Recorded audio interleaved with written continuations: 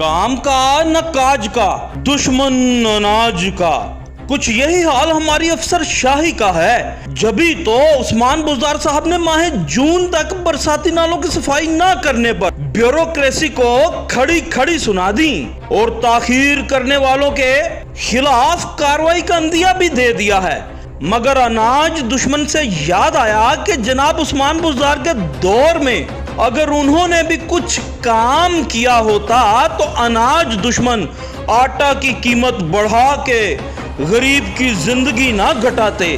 پھر اگر مونسون سے پہلے بیوروکریسی دم سادے سو رہی تھی کہ برساتی نالوں کی صفائی نہ کی تو جاگ تو جناب وزیر اعلیٰ صاحب بھی نہیں رہے تھے، ورنہ مونسون کی آمد پر انہیں نالے صاف ہونے کا خیال مونسون سے بہت پہلے آ جاتا۔ یعنی بوہے آئی جنج تے ونو کڑی دے کن۔ اب یہ آپ سوچئے کہ جنج کس کے بوہے آئی ہے اور اپنی کڑی کے کان کون چھدوا رہا ہے۔ عدیل شجاع، خبرستان، لاہور۔